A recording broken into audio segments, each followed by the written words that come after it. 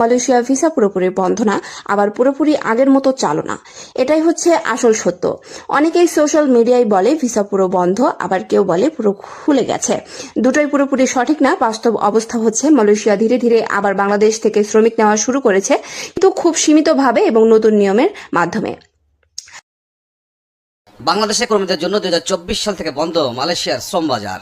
অন্তর্বর্তী সরকার বারবার চেষ্টা করেও খুলতে পারেনি এই শ্রম বাজার। 2022 সালের আগস্টে চালু হওয়ার পর ওই দফায় 4,76,672 জন মালয়েশিয়া যেতে পেরেছিলেন, কিন্তু বিমান টিকিট না পাওয়া, রিক্রুটিং এজেন্সির গাফিলতি সহ নানা কারণে দেশটিতে যেতে ব্যর্থ হন প্রায় 17,000 কর্মী। চলতি মাসে বাংলাদেশি কর্মীদের জন্য মালয়েশিয়ার শ্রম বাজার আবার চালু করা এবং অভিবাসন ব্যয় কমানোর জন্য মালয়েশিয়ার প্রধানমন্ত্রী আনোয়ার ইব্রাহিমের সঙ্গে সাক্ষাৎ করেন প্রবাসী কল্যাণ মন্ত্রী আরিফুল হক চৌধুরী ও প্রধানমন্ত্রীর উপদেষ্টা মাহাদি আমিন। বৈঠক শেষে দেশে ফিরে শ্রম বাজার দ্রুত খোলার কথা জানান প্রধানমন্ত্রীর উপদেষ্টা মাহাদি আমিন। সেখানে বাংলাদেশের শ্রম বাজার উন্মুক্ত করবার জন্য ওনার সহযোগিতা চেয়েছি, তিনি নির্দেশনা দিয়েছেন। দেরিতে হলেও শ্রম বাজার খোলার সংবাদে খুশি বাইরা নেতারা। শ্রম বাজারে নানা সীমাবদ্ধতা আছে জানিয়ে সরকারকে শ্রম কূটনীতি বাড়ানো এবং বাজারকে সিন্ডিকেট মুক্ত করার আহ্বান জানান বাইরা নেতৃবৃন্দ।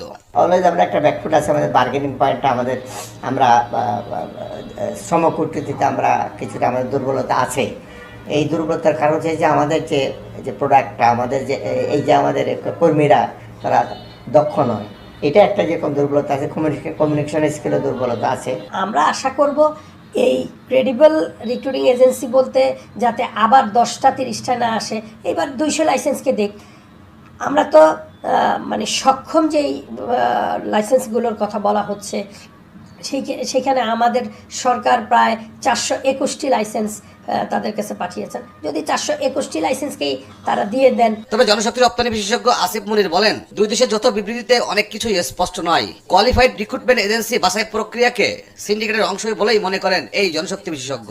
সম্ভাবনা কিছুটা তৈরি হবে, তাৎক্ষণিকভাবে মনে হবে যে আবার তো চালু হলো, কিন্তু এটা অচিরেই বন্ধ হয়ে যাওয়ার সম্ভাবনা থাকবে।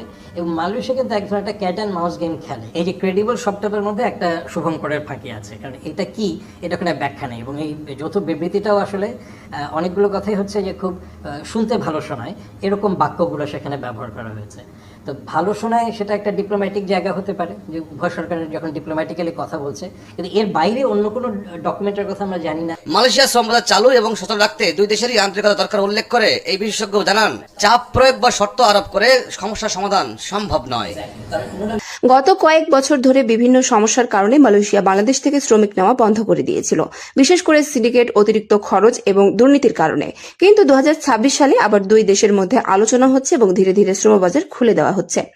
এখন সবচেয়ে গুরুত্বপূর্ণ বিষয় হলো কলিং ভিসা বা নির্দিষ্ট খাতের নিয়োগ। বর্তমানে মালয়েশিয়া মূলত প্ল্যান্টেশন, পাম বাগান খাতে বাংলাদেশি কর্মী নেওয়ার অনুমতি দিয়েছে। আবার কিছু ক্ষেত্রে কৃষি, সেবা এবং অন্যান্য সীমিত খাতেও নিয়োগের সুযোগ দেওয়া হচ্ছে। আরেকটা বড় পরিবর্তন হচ্ছে, আগের মতো দালালের মাধ্যমে না গিয়ে সরাসরি নিয়োগ ব্যবস্থা চালু করার পরিকল্পনা করা হচ্ছে, যাতে খরচ কমে এবং প্রতারণাও কম হয়। এমনকি নতুন কিছু ব্যবস্থায় বলা হচ্ছে, কর্মী নেওয়ার খরচ নিয়োগকর্তা বহন করতে পারে বা ভবিষ্যতে বড় পরিবর্তন আনতে পারে।